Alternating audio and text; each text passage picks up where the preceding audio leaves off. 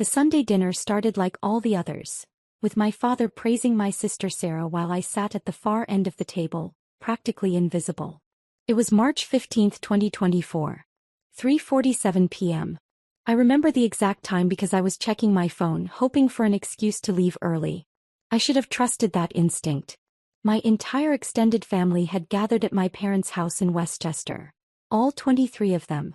Aunts, uncles, cousins, grandparents.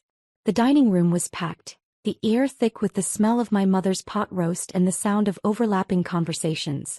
Sarah sat at my father's right hand, her engagement ring catching the light every time she moved. A massive 3-carat diamond that her fiancé Marcus Thornton had given her 6 months ago. Marcus Thornton, whose father happened to be Senator Richard Thornton of New York. My father hadn't stopped talking about it since the engagement. Sarah's marrying into one of the most prominent families in the state, he announced for probably the 15th time that afternoon, his voice carrying over all other conversations. Senator Thornton himself will be at the wedding. Can you imagine? A United States senator at our family wedding. My mother beamed. We're so proud of you, sweetheart. Sarah smiled graciously, playing with her ring. Marcus is wonderful. His whole family is wonderful. I focused on my plate, cutting my pot roast into smaller and smaller pieces. This was my role at family gatherings, to be quiet, to be small, to not draw attention. The wedding is going to be at the Thornton estate, my father continued. 300 guests. The governor might even attend. My cousin Jennifer leaned forward. That's incredible, Sarah. You must be so excited. I am, Sarah said. Then she glanced at me just for a second. Something flickered in her eyes. Pity maybe, or superiority. It's going to be a very exclusive event. Only certain people are invited. My Aunt Linda laughed. Well, of course. You can't invite everyone to a senator's estate. That's when my father set down his fork. The sound of metal hitting china made several people look up. Actually, he said, his voice taking on that serious tone I'd learned to dread, we need to discuss something. The room went quiet. 23 pairs of eyes turned toward the head of the table. My father looked directly at me. Emily, this wedding is extremely important. The Thorntons are, well, they're not like us. They're sophisticated, influential, people who matter. My stomach tightened. I knew where this was going. What your father is trying to say, my mother interjected, her voice gentle but firm, is that we need to make the right impression. Sarah's future depends on it. And frankly, my father said, leaning back in his chair, you would be out of place. The words hung in the air. No one spoke. No one moved. I felt my face flush hot. I'm sorry. You're still renting that tiny apartment in Queens, my father said, his tone matter-of-fact as if he were discussing the weather. You drive a 10-year-old Honda. You work at, what is it you do again? Some hospital job. I'm a doctor, I said quietly. Right, he waved his hand dismissively. But not a successful one. Not like Dr. Patterson's son who has his own practice in Manhattan. You're just working. Getting by. Sarah shifted uncomfortably in her seat. Dad.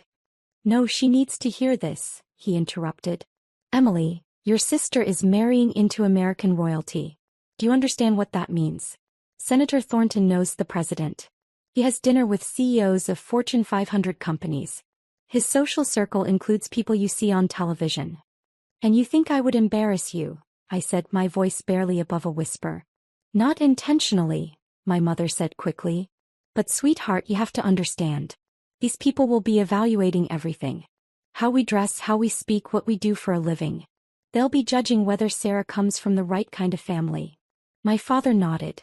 Your sister has worked her whole life for this opportunity. She went to Wellesley. She works at a top marketing firm. She's cultured, sophisticated, successful.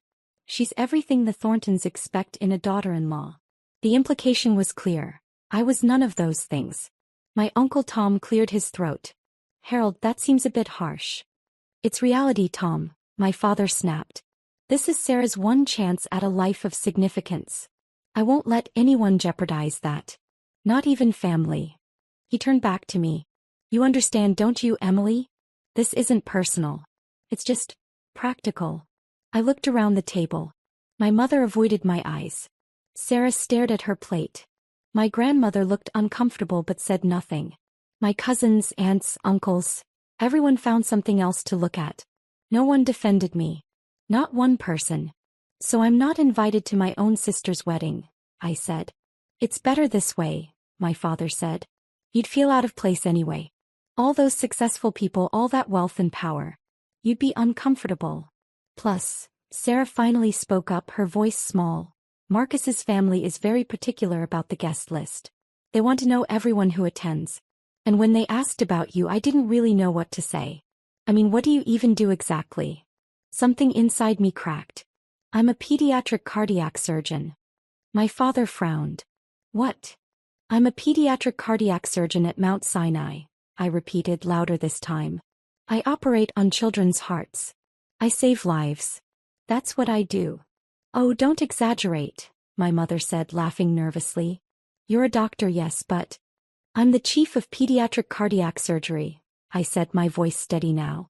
I've performed over 2,400 successful surgeries. I'm published in the New England Journal of Medicine. I lecture at Columbia. I make $847,000 a year. The room was dead silent. My father stared at me. That's impossible. Why would I lie? Because you've never mentioned any of this, Sarah said, her voice rising. You always say you work at a hospital when we ask. You never said you were some big important surgeon. You never asked, I said simply. You asked what I did and I told you I worked at a hospital. Which is true.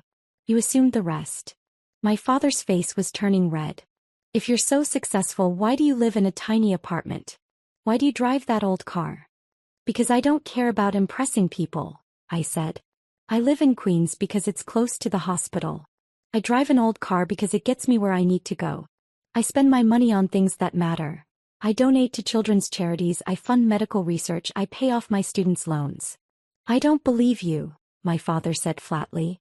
I reached for my phone, pulled up my hospital ID and slid it across the table. Dr. Emily Chin, Chief of Pediatric Cardiac Surgery. He stared at it. My mother leaned over to look. Sarah grabbed it from his hands, her face going pale. This doesn't change anything, my father said, pushing the phone back toward me. Even if this is true, you've spent years making us think you were nobody. You let us believe you were a failure. What kind of person does that? The kind who wanted to see if her family loved her for who she was, not what she accomplished, I said. That's manipulative, Sarah hissed. No, I said, standing up. What's manipulative is uninviting your sister from your wedding because she doesn't fit your new image. I looked around the table one more time. 23 faces staring back at me. Some shocked, some confused, some angry. Not one looked apologetic. Enjoy the wedding, I said.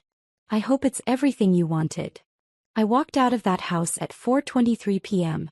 I got in my old Honda and drove back to my apartment in Queens. I didn't cry. I didn't scream. I just felt empty. My phone started ringing almost immediately. Then my mother. Then my father. I declined every call. At 11:47 p.m. Sarah sent a text. You're being dramatic. We can talk about this like adults. I blocked her number. The next morning my mother showed up at my apartment. I didn't let her in. Emily, please, she said through the door. Your father didn't mean it the way it sounded. How did he mean it? Silence. That's what I thought, I said. She left. For the next 3 months my family tried various approaches. My father sent an email explaining that he was looking out for Sarah's best interests. My mother left voicemails saying I was breaking her heart.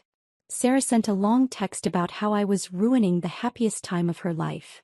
I deleted everything. At work I threw myself into my cases. There's something clarifying about operating on a 3-year-old's heart. It puts family drama into perspective. Every successful surgery, every child who got to go home healthy, reminded me what actually mattered. My colleagues knew something was wrong, but I didn't elaborate.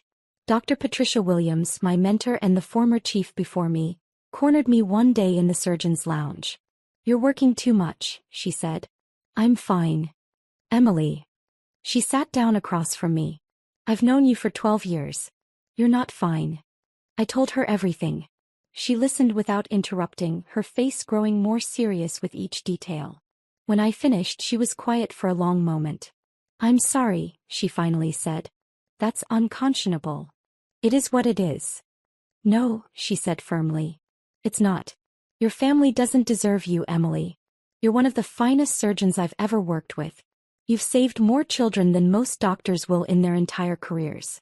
You're brilliant, compassionate, dedicated. If they can't see that, they're blind. They see what they want to see. Then let them see the truth. She paused. Sarah's wedding is in 2 weeks, right? I'm not going. I'm not suggesting you should. Dr. Williams smiled slightly. But you know how small the medical community is in New York. Word gets around. If someone were to mention your work to the right people. I shook my head. I'm not trying to embarrass them. I'm not talking about embarrassment, she said. I'm talking about truth. You've hidden your light for too long, Emily. Maybe it's time to let it shine. I didn't respond, but her words stayed with me. The wedding was scheduled for Saturday, June 8th, at the Thornton family estate in Greenwich, Connecticut. I knew because my mother had sent me 17 emails about it before I blocked her address too. I worked a double shift that day performing 2 complex surgeries. A 4-year-old with a ventricular septal defect and a 7-year-old with tetralogy of Fallot. Both successful. Both children stable and recovering. I got home at 8:30 p.m., exhausted but satisfied. I ordered takeout, changed into comfortable clothes and settled in to watch a documentary. My phone rang at 9:15 p.m. Unknown number. I almost didn't answer. Hello. Dr. Chin. A woman's voice, professional and crisp. Yes. This is Catherine Thornton. I'm Senator Thornton's wife and Marcus's mother. I sat up straight. Mrs. Thornton. How did you get this number? Your hospital gave me your service and they patched me through. I apologize for calling so late, but this is urgent. She paused. Dr. Chin, I need your help. Is someone hurt? My grandson, my son Jonathan's boy, Charlie. He's 3 years old. He collapsed this afternoon during the rehearsal dinner. We rushed him to Greenwich Hospital. They stabilized him, but the doctors here say he needs immediate surgery. A complex congenital heart defect they didn't catch earlier. My mind shifted immediately into doctor mode. What's his diagnosis? Transposition of the great arteries with a ventricular septal defect. The cardiologist here says it's complicated by, she paused, clearly reading from notes, abnormal coronary artery anatomy. Dr. Chin, they said he needs the best pediatric cardiac surgeon in the tri-state area. When I called Mount Sinai, they said that's you. Where is he now? Still at Greenwich Hospital. But we can have him transported to Mount Sinai within the hour if you can operate. Dr. Chin, please. He's my grandson. He's 3 years old. The doctors here don't think they can handle this surgery. I closed my eyes. A 3-year-old with TGA and VSD with coronary complications. It was exactly the kind of case I specialized in. Complex, high risk, requiring extreme precision. I'll meet you at Mount Sinai, I said. Have them transport him immediately. Tell them to call ahead and ask for my team. I'll be there in 45 minutes. Thank you, she breathed. Thank you so much, Dr. Chin. I hung up and immediately called my surgical team. Then I threw on clothes, grabbed my keys and raced to the hospital. Charlie Thornton arrived at Mount Sinai at 10:38 p.m. I was already scrubbed and reviewing his scans. The coronary anatomy was worse than I'd thought. Both arteries originated from the wrong sinus, which would make the arterial switch operation significantly more complicated. But it was doable. Difficult but doable. Catherine Thornton met me outside the surgical prep area. She was an elegant woman in her 60s, wearing what was clearly an expensive dress from the rehearsal dinner. Her makeup was smudged from crying. Dr. Chin, I can't thank you enough. She stopped mid-sentence, staring at me. I'm sorry, you look familiar. Have we met? I don't think so, I said. She shook her head. I could have sworn. Well, never mind. Please tell me about my grandson. I explained the surgery, the risks, the expected recovery.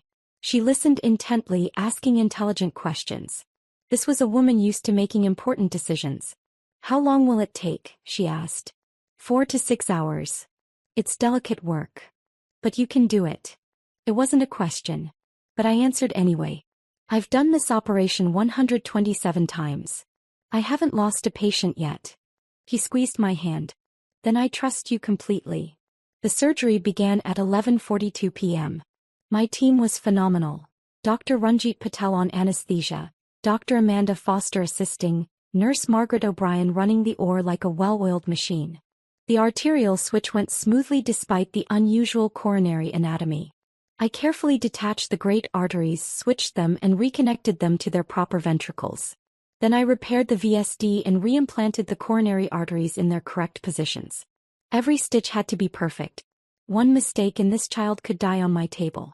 At 4:17 a.m., I placed the final suture. Closing, I announced. By 5:30 a.m., Charlie was stable and being moved to pediatric cardiac ICU. I found Catherine Thornton in the waiting room, along with Senator Thornton himself and their son Jonathan, Charlie's father. All three looked exhausted and terrified. "He's going to be fine," I said immediately. Catherine burst into tears.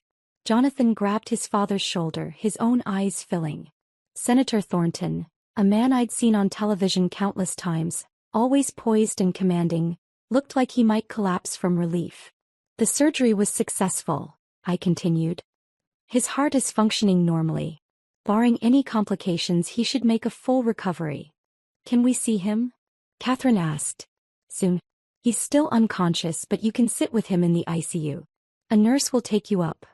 "Dr. Chin," Senator Thornton said, his voice rough with emotion. "You saved my grandson's life. I don't know how to thank you." "No thanks necessary, Senator. It's my job." "No," he said firmly. "This was more than a job. You left whatever you were doing on a Saturday night, came in on your day off and spent 6 hours saving a child you'd never met. That's not just a job. That's a calling." I smiled slightly. "I love what I do." Catherine took my hands. "You must come to the wedding today. Please. I insist." I froze. "The wedding? My son Marcus is getting married this afternoon at our estate," she said. "It's the least we can do after what you've done for us. Please say you'll come. I'd be honored to have you there." "I really don't think." "Please," Senator Thornton added. "It would mean a great deal to us." I thought about saying no. I thought about going home, getting some sleep, forgetting any of this had happened. But something in me, something tired of hiding, tired of being invisible, tired of being called worthless, said yes. "What time?" I asked. "The ceremony is at 4 o'clock. But there's a rehearsal dinner at noon that we had to postpone because of Charlie. We're doing it this morning instead, a brunch at 10 o'clock. You're welcome to both, of course." "I'll try to make it," I said. I went home, showered and changed into the one nice dress I owned, a simple navy sheath I'd bought for medical conferences. Not fancy but appropriate. I did my makeup carefully, pulled my hair into a neat bun and drove to Greenwich. The Thornton estate was exactly as impressive as I'd imagined. A massive colonial-style mansion on 20 acres of perfectly manicured grounds. A white tent had been set up on the lawn for the ceremony, and I could see workers rushing around making final preparations. I arrived at the rehearsal brunch at 10:47 a.m. A valet took my car. A staff member directed me to the terrace where brunch was being served. And there, sitting at a long table, was my entire family. My mother saw me first. Her mouth fell open. My father turned, following her gaze, and went completely still. Sarah, sitting next to Marcus Thornton, looked like she'd seen a ghost. "Emily," my mother whispered. Before I could respond, Catherine Thornton swept over with Senator Thornton beside her. Everyone," she called out, getting the attention of all 50 or so guests. "I want to introduce someone very special. This is Dr. Emily Chin, the surgeon who saved our grandson Charlie's life last night." The entire terrace erupted in applause. I stood there, frozen, as Catherine pulled me toward the table. Dr. Chin performed emergency surgery at 2 in the morning and spent 6 hours saving Charlie. He's going to make a full recovery thanks to her. Senator Thornton raised his glass. "To Dr. Chin, one of the finest surgeons in the country and a remarkable human being." "To Dr. Chin," everyone chorused. My father's face had gone from pale to bright red. My mother looked like she might faint. Sarah was gripping Marcus's arms so hard her knuckles were white. "Please sit with us," Catherine said, guiding me to the head table, right next to where my parents were sitting. I sat down. My father opened his mouth, then closed it. Then opened it again. "Emily," he finally managed. "What are you doing here?" Mrs. Thornton invited me, I said calmly. But how do you know the Thorntons? I told you, Catherine said, overhearing. She saved Charlie's life. My grandson had emergency heart surgery last night. Dr. Chin is the chief of pediatric cardiac surgery at Mount Sinai. My mother made a small choking sound. Marcus turned to Sarah. Your sister is Dr. Emily Chin? The Dr. Emily Chin. Sarah nodded mutely. Honey, Marcus said, his voice confused. Why didn't you mention your sister is one of the most renowned pediatric cardiac surgeons in New York? My father's been trying to get a meeting with her for months. She's advised on healthcare policy, she's revolutionized surgical techniques. I didn't know, Sarah whispered. How could you not know your own sister is famous? Marcus asked. I'm not famous, I interjected quietly. I'm just good at my job. Just good. Senator Thornton laughed. Dr. Chin, you're being modest. I've read your papers on minimally invasive cardiac surgery in infants. Groundbreaking work. The medical community considers you one of the leading experts in the field. My father was staring at me like he'd never seen me before. I tried to tell you, I said to him. At dinner. 3 months ago. You didn't believe me. You said you were a surgeon, he said weakly. You didn't say you were. This. You didn't ask. Jonathan Thornton, Charlie's father, came over then with his phone. Dr. Chin, I just texted my wife a photo of you. She wants to thank you personally when she wakes up. She's been sitting with Charlie all night. No need, I said. I'm just glad he's doing well. Charlie's alive because of you, Jonathan said, his voice thick. My son gets to grow up because you were willing to drop everything on a Saturday night. Our family owes you a debt we can never repay. He pulled me into a tight hug. Over his shoulder I could see my family watching. My mother's eyes were filled with tears. My father looked like he'd been punched in the stomach. Sarah was whispering urgently to Marcus. The brunch continued. I tried to eat, but people kept coming up to thank me, to ask about my work, to tell me about their own family members with heart conditions. Catherine introduced me to what felt like every guest, each time repeating the story of Charlie's surgery. My family said nothing. They sat there watching as the Thorntons and their guests treated me like an honored hero. At one point my father tried to approach me.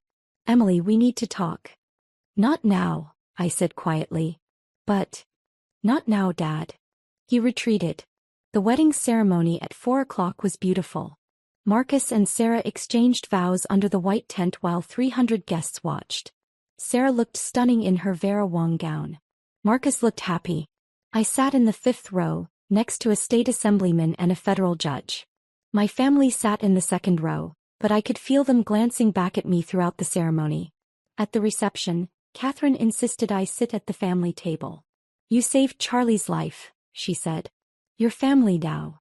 So I sat at the head table next to Senator Thornton, while my parents and extended family sat at table 7. During dinner the senator leaned over. I have to ask, Dr. Chin. Your family seems surprised by your presence. We're not very close, I said carefully.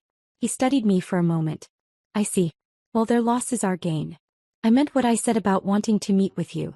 I'm working on healthcare legislation, specifically regarding pediatric cardiac care accessibility. I'd love your input.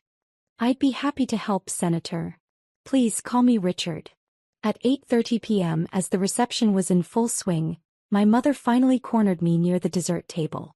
Emily, please. We need to talk. About what? About everything. About what your father said. About the wedding. About, she gestured helplessly. All of this. What do you want me to say, Mom? I want you to forgive us, she said, tears running down her face. We made a terrible mistake. We didn't know. You didn't want to know, I interrupted. I tried to tell you. At that dinner. I told you I was a cardiac surgeon. Dad said I was exaggerating. You laughed. We didn't understand. You didn't care to understand. I wasn't good enough for Sarah's wedding because I didn't fit your image. Because I drove an old car and lived in Queens. You judged me based on appearances, not on who I actually am. We're sorry, she sobbed. Are you sorry for what you did? Or are you sorry that you were wrong? She didn't answer. That's what I thought, I said. My father appeared then, his face drawn. Emily, your mother's right. We made a mistake. A terrible mistake. But you have to understand. I don't have to understand anything, I said. You called me worthless. In front of the entire family. You said I would embarrass Sarah. You uninvited me from my own sister's wedding because you were ashamed of me. We didn't know you were successful, he said desperately. Would it have mattered if I wasn't? I asked. If I was just a regular doctor making a regular salary living a regular life, would that make me worthless? Would that justify excluding me? He opened his mouth but no words came out. You taught me that my value as a person depends on what I achieve, how much money I make, who I know. You taught me that love is conditional. That family is conditional. I paused. Well, congratulations. I learned the lesson. Emily, please. I need to go, I said. I have a patient to check on. I walked away from them through the reception, past the dancing guests and the elaborate flower arrangements and the ice sculpture in the shape of two swans. I found Catherine and thanked her for her hospitality. I congratulated Marcus and Sarah, who barely managed to speak to me. And then I left. I drove back to Mount Sinai and checked on Charlie. He was awake, groggy but stable. His parents were there, exhausted but grateful. How are you feeling, buddy? I asked Charlie. He gave me a weak thumbs up. You're a tough kid, I said. You're going to be just fine. His mother, Amanda, took my hand. Thank you, Dr. Chen. Thank you for giving me back my son. You're welcome. That's the thing about my job. At the end of the day, I know I've made a difference. A real, tangible difference in the world. I save lives. I give parents their children back. I give children their futures back. My family could never understand that because they measure success in dollar signs and social status and appearances. They didn't see my value because I didn't advertise it. I didn't wear expensive clothes or drive a luxury car or name drop at parties. I just did my job. I saved lives. And that was enough for me. Over the next week, my phone wouldn't stop ringing. My father called 47 times. My mother called 53 times. Sarah called 31 times. Various aunts, uncles, and cousins called another 60+ times combined. I didn't answer. They sent emails, text messages, even letters delivered to my apartment building. All saying the same thing: we're sorry. We made a mistake. Please forgive us. Please come back to the family. Some were genuine. My grandmother's letter was heartfelt and apologetic. Uncle Tom's email was thoughtful and acknowledged their failure. But most were about what I could do for them now. My cousin Jennifer wanted me to look at her daughter's medical records. Aunt Linda asked if I could get her husband into a clinical trial. My father sent an email about how having a famous surgeon in the family would be wonderful for their social standing. Even Sarah sent a long text about how Marcus's family kept asking about me and could I please attend some dinner parties with them. They still didn't get it. 3 weeks after the wedding, Catherine Thornton invited me to her home for lunch. Just the two of us. I wanted to apologize, she said over salmon and asparagus, for putting you in that position at the wedding. I didn't know about your family situation. You have nothing to apologize for, I said. You invited me because I helped Charlie. That's all. Still, she said. It was clearly uncomfortable for you. I saw your family's reaction. The shock on their faces. She paused. They didn't know, did they? About your career. They knew I was a doctor. They just assumed I wasn't successful. Why did you let them think that? I considered the question. Because I wanted to know if they'd love me anyway. If I was enough just being me without the title or the salary or the prestige. I smiled sadly. Turns out I wasn't. Catherine reached across the table and squeezed my hand. Their loss, Emily. Truly. We talked for 2 hours. About medicine, about family, about the pressures of expectations. Catherine was warm, intelligent, insightful. By the time I left, I felt like I'd made a real friend. That friendship grew over the following months. Catherine invited me to charity events, dinner parties, cultural outings. She introduced me to people who became genuine friends. People who valued me for who I was, not what I could do for them.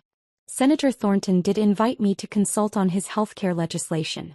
I spent hours working with his policy team, providing medical expertise on pediatric cardiac care accessibility.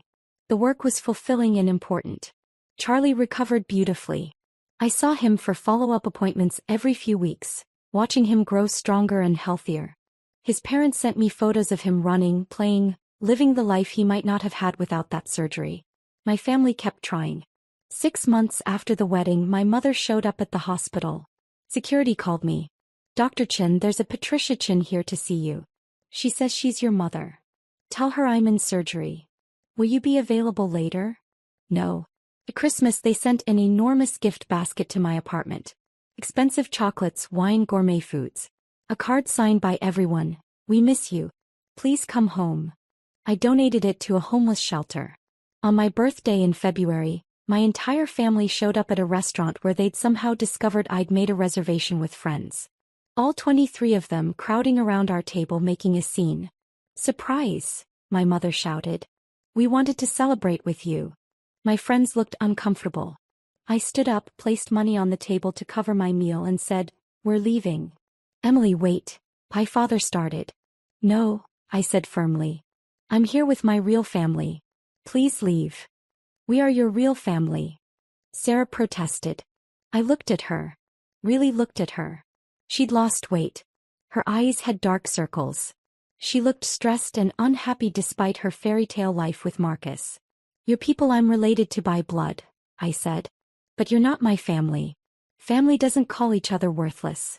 Family doesn't exclude each other out of shame. Family doesn't measure each other's value by their bank account or their job title." "We were wrong," my father said. "We know that now. We're sorry." "You're sorry you were wrong," I corrected. "You're not sorry for how you treated me. You're sorry I turned out to be someone important, someone who could have helped your social standing. If I had been just a regular doctor, you'd still think you were justified."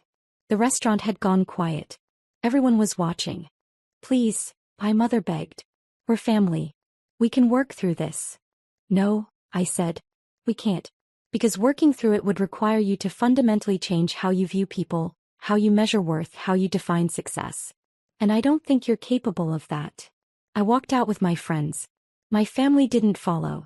A year after the wedding, I received a letter from Sarah. It was different from the others. No pleading, no excuses, no requests for forgiveness. Just honesty. She wrote about how she'd built her entire life around seeking our parents' approval. How she'd chosen her career, her friends, her husband based on what would impress them. How she'd been so focused on appearing successful that she'd never stopped to consider what actually made her happy. She wrote about how seeing me at her wedding had shattered her worldview. How I'd achieved genuine success, the kind that mattered, the kind that saved lives, while she'd been chasing shadows of approval. She wrote that she was in therapy, that she was starting to understand how toxic our family dynamics were, that she was trying to build a real relationship with Marcus, one based on love rather than status. She wrote that she didn't expect forgiveness, that she didn't deserve it, but that she wanted me to know she was truly, genuinely sorry for who she'd been and what she'd done. I read the letter 3 times. Then I wrote back. Not forgiveness. Not yet. But acknowledgement. An opening. A possibility. We started exchanging emails. Short ones at first. About books, about weather, about nothing important. Gradually we began sharing more. She talked about her struggles with our parents' expectations. I talked about my work, my life, my found family. It was slow. Careful. Like learning to walk on ice. But it was something. My parents, on the other hand, I kept at a distance. They sent cards on holidays. I didn't respond. They showed up at medical conferences where I was speaking. I had security escort them out. They tried to reach me through colleagues, through friends, through anyone who might have a connection. I remained firm. 2 years after that Sunday dinner, I received the Lifetime Achievement Award from the American Pediatric Cardiac Surgery Association. At 37 years old, I was the youngest recipient in the organization's history. The ceremony was at the Waldorf Astoria in New York. Over 800 attendees. Surgeons, researchers, healthcare administrators from around the world. Catherine and Richard Thornton attended. Charlie, now 5 years old and thriving, presented me with the award. Amanda and Jonathan stood nearby, beaming. My acceptance speech was short. I thanked my mentors, my team, my patients and their families. I talked about the privilege of being entrusted with children's lives, the responsibility we carry as physicians, the importance of compassionate care. I didn't mention my family. I didn't need to. But they were there. In the back row. All of them. Watching. After the ceremony, as I stood accepting congratulations and taking photos, my father approached. "Emily," he said quietly. "That was a beautiful speech. Thank you. I'm proud of you." I looked at him. Really looked at him. He'd aged in 2 years. More gray hair, deeper lines around his eyes. He looked smaller somehow. Less imposing. "Are you proud of what I've accomplished?" I asked. "Or are you proud of who I am?" He hesitated. And in that hesitation I had my answer. "I thought so," I said. "Emily, please. I'm trying." "I know you are," I said. And I meant it. "But trying isn't the same as understanding. You're proud of Dr. Emily Chin, the award winner, the famous surgeon, the person who knows senators. You're not proud of Emily, your daughter, who is always worthy of love regardless of her achievements." "I do love you," he said, his voice breaking. "Maybe," I said. "In your way. But it's not enough. Not anymore." I walked away. Sarah caught me at the elevator. We'd been emailing regularly by then, meeting occasionally for coffee. Our relationship was still fragile, still rebuilding, but it was real. "Congratulations," she said, hugging me. "You deserve this." "Thank you." "I told Marcus I'd only come if I could sit apart from Mom and Dad," she said. "I needed to be here for you, not for them. That meant more to me than the award." "I'm glad you came," I said. We rode the elevator down together, talking about her new job. She'd quit the marketing firm and started working for a nonprofit. The pay was less, but she seemed happier. Outside, Catherine and Richard were waiting with Charlie. "Dr. Chin," Charlie shouted, running over. He was healthy, energetic, a normal 5-year-old with a bright future. "Hey buddy," I said, scooping him up. "Did you like the party?" "The cake was good," he said seriously. "Can I have another piece?" Everyone laughed. That night I went home to my apartment in Queens. The same apartment I'd lived in for years. I'd thought about moving, about getting something bigger, fancier. But I liked it here. It was close to the hospital. It was home. I changed into comfortable clothes, made tea, and sat by the window looking out at the city. My phone buzzed. A text from Dr. Williams. "Congratulations, Dr. Chin. Well deserved. See you Monday for that HLGS case. Cheese. Hypoplastic left heart syndrome. A complex 3-stage surgery performed over the course of years. The family had specifically requested me." I texted back, "Wouldn't miss it. That's the thing about my life now. It's full. Not with people who claim to love me because of what I've achieved, but with people who value me for who I am. My colleagues who respect my skill but also know I ugly cry at sad movies. My friends who call me at 2 a.m. when they need someone to talk to. My patients' families who trust me with their most precious treasures. Sarah, slowly becoming a real sister rather than a competitor. Catherine, who became the mother figure I'd always needed. Charlie, who reminded me why I do what I do. This is my family now. Family I chose. Family that chose me back. As for my parents, they still try. Cards on birthdays. Invitations to dinner. Requests to talk things through. I don't hate them. I don't even resent them anymore. I've simply accepted that they are who they are and I am who I am, and sometimes those two things don't align. Maybe someday we'll rebuild something. Maybe we won't. But I'm okay either way. Because I finally learned the lesson they tried to teach me, just not in the way they intended. My worth doesn't depend on their approval. It never did. I'm Dr. Emily Chin. I save children's lives. I advance medical science. I make a difference in the world. And that's enough. That's more than enough.